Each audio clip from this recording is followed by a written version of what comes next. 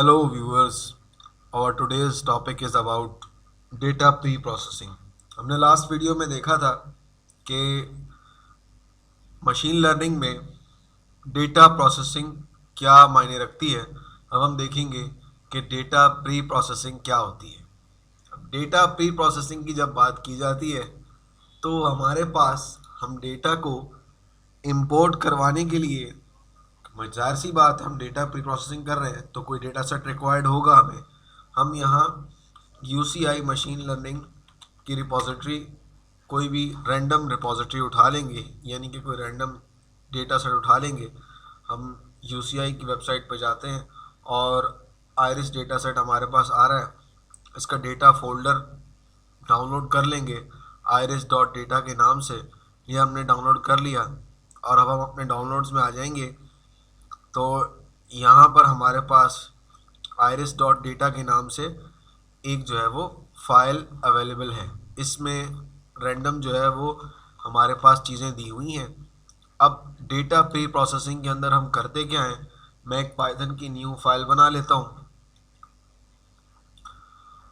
अब मैं इसके अंदर क्या कर रहा हूँ, सबसे पहले मैं लिखूँगा, इसको नाम दे देता हूँ डेटा प्री प्रोसेसिंग का। मैंने इसको नाम दे दिया डेटा प्री प्रोसेसिंग। और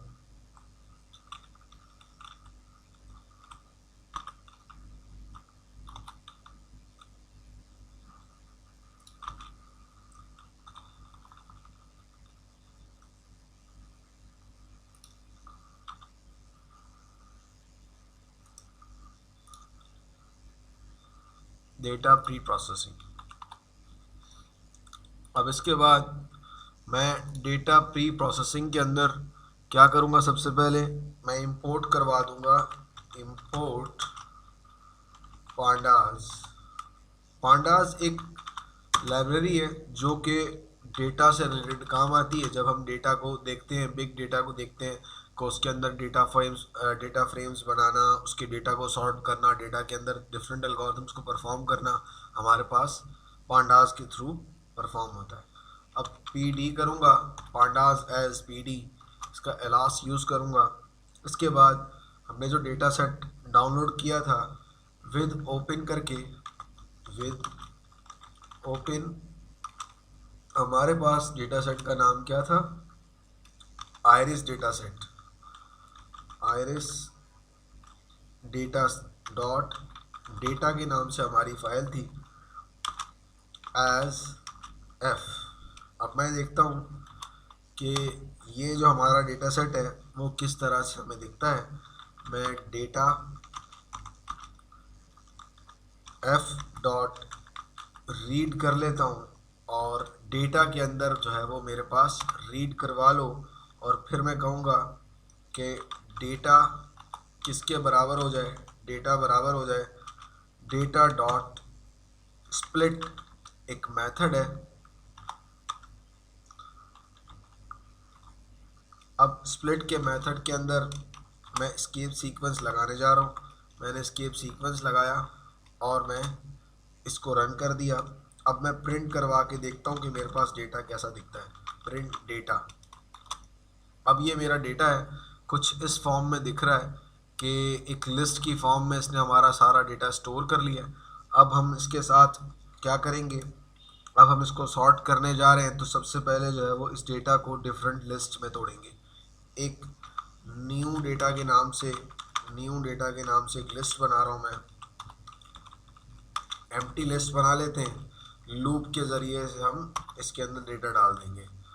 फॉर एल इन डेटा, यानी डेटा के अंदर कॉलन न्यू डेटा, जो हमने खाली लिस्ट बनाई है उसके अंदर अपेंड करवा दो। हमारे पास क्या अपेंड करवा दो,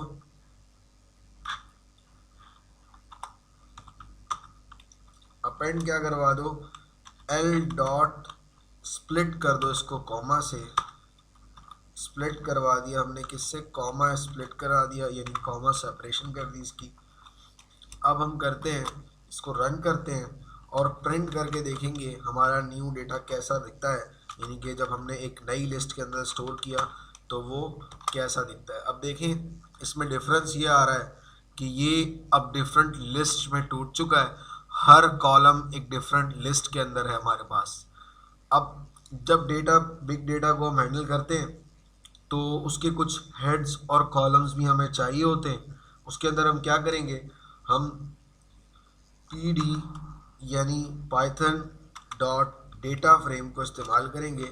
डेटा फ्रेम, इसके अंदर हम अपना जो भी लिस्ट को सेव कराना चाह रहे हैं उसका नाम न्यू डेटा कॉमा कॉलम।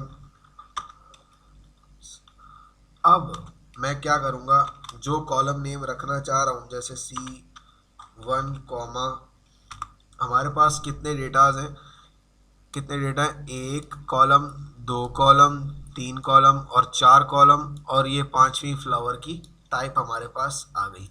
तो मैं 4 कॉलम्स ले लूँगा एक लिस्ट के अंदर, जो हमारी इस लिस्ट के हेड बन जाएंगे, यानी कि जो ये हमारा डेटा है ये एक मैनर्ड फॉर्म में आ जाएगा।